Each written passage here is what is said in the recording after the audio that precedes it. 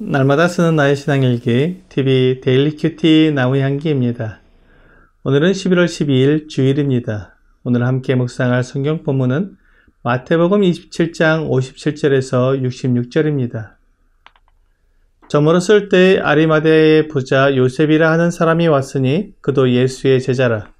빌라도에게 가서 예수의 시체를 달라 하니 이에 빌라도가 내주라 명령하거늘 요셉이 시체를 가져다가 깨끗한 세마포로 싸서 바위 속에 판 자기 새 무덤에 넣어두고 큰 돌을 굴려 무덤 문에 놓고 가니 거기 막달라 마리아와 다른 마리아가 무덤을 향하여 앉았더라.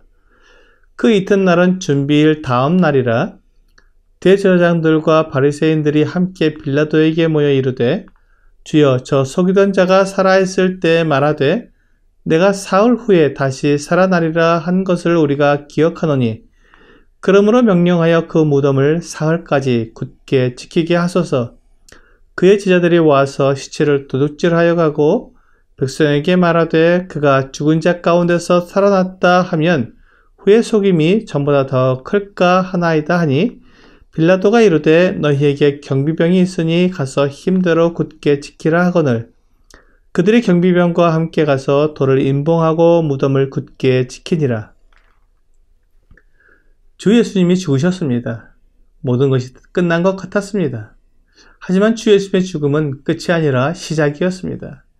주 예수님의 몸은 죽어서 무덤에 장사되지만 주 예수님이 이 세상에 오셔서 이루고자 하시던 일인 사람들의 죄를 용서해 주시는 일을 다 마치셨기 때문에 주 예수님을 믿고 죄가 용서된 사람들이 새로운 삶을 시작하게 되었습니다.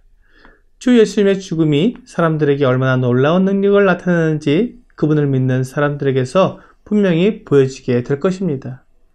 주 예수님이 십자가에서 죽으시자 아리마대의 부자 요셉이 빌라도에게 가서 예수의 시체를 달라고 요구했습니다. 신명기 21장 22절과 23절에는 사람이 만일 죽을 죄를 범함으로 내가 그를 죽여 나무 위에 달거든 그 시체를 나무 위에 밤새도록 두지 말고 그날에 장사하여 내 하나님 여호와께서 내게 기업으로 주시는 땅을 더럽히지 말라고 말씀하고 있기 때문에 주 예수님을 장사하기 위해 달라고 했던 것입니다. 누가복음 23장 50절은 아리마대 요셉을 공회 의원이라고 말하고 있습니다. 그는 선하고 의로운 사람이었으며 하나님의 나라를 기다리는 자였습니다. 또한 오늘 본문에는 그가 부자였으며 주 예수님의 제자라고 말씀하고 있습니다. 아마도 그는 지금까지 숨은 제자였을 것입니다. 자신의 신분과 지위를 유지하면서 주 예수님의 말씀을 듣고 믿는 사람이었습니다. 하지만 자신을 사람들 앞에 드러내게 되면 유대인들 사이에서 그의 모든 것을 다 잃어버릴 수 있었기 때문에 숨은 제자로 생활했던 것 같습니다. 그는 주 예수님께서 십자가에 달려 죽으시는 것을 보고는 더 이상 숨은 제자로 살 수가 없었습니다. 그래서 주 예수님을 자기를 위해 준비해둔 무덤에 장사하기로 했습니다. 빌라도에게 가서 예수님의 시체를 달라고 요구하는 것입니다. 이제 그는 모든 사람들 앞에서 그가 주 예수님을 따르는 제자라는 것을 드러낸 것입니다. 예수님이 살아계실 때 따르던 제자들은 예수님이 십자가 달리실 때 다 도망했는데 오히려 아리마대 요셉은 이제 주 예수님이 죽으시자 자신이 제자임을 드러낸 것입니다. 아리마대 요셉뿐만 아니라 주 예수님을 만나러 밤중에 왔던 니고데모도 자신의 역할을 했습니다.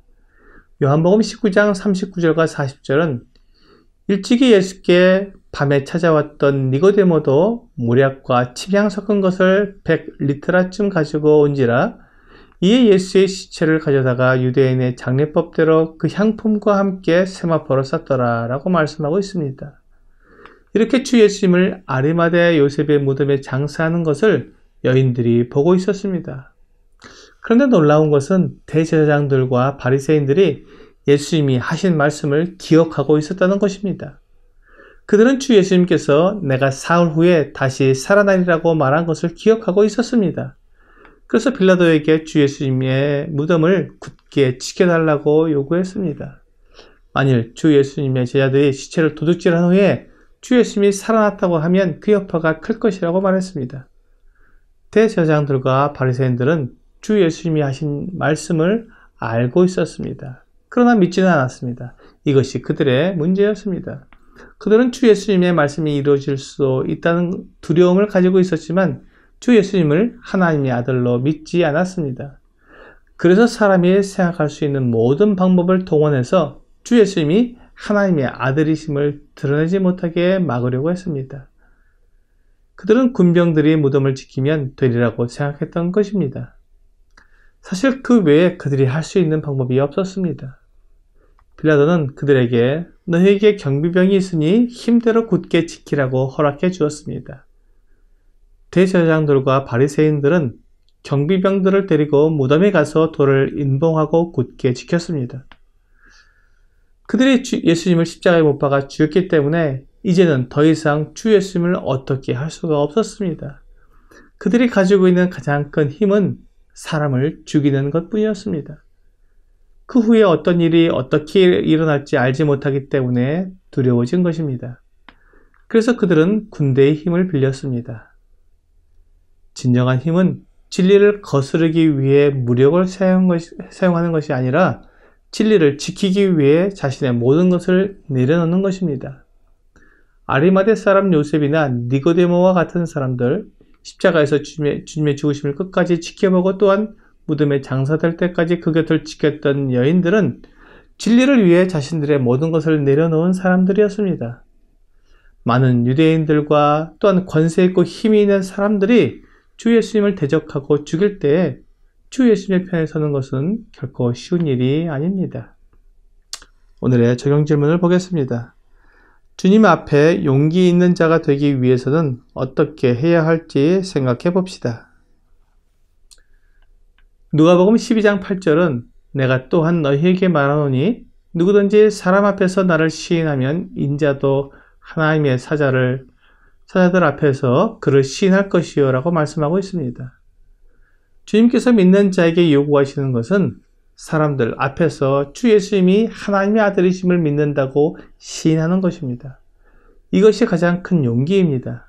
로마서 10장 10절은 사람이 마음으로 믿어 의에 이르고 입으로 시인하여 구원에 이르느니라고 말씀하고 있습니다.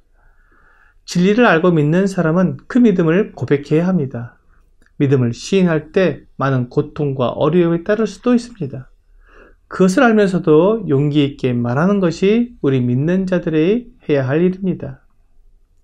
오늘 사람들 앞에 내가 믿는 것을 시인하는 것이 때로 두렵고 또한 많은 손해와 박해가 뒤따를 수도 있지만 그 모든 것을 알고도 주 예수님께서 하나님의 아들이시며 나를 구원하시는 구원자라는 것을 시인하는 것은 우리의 믿음이며 가장 큰 용기일 것입니다.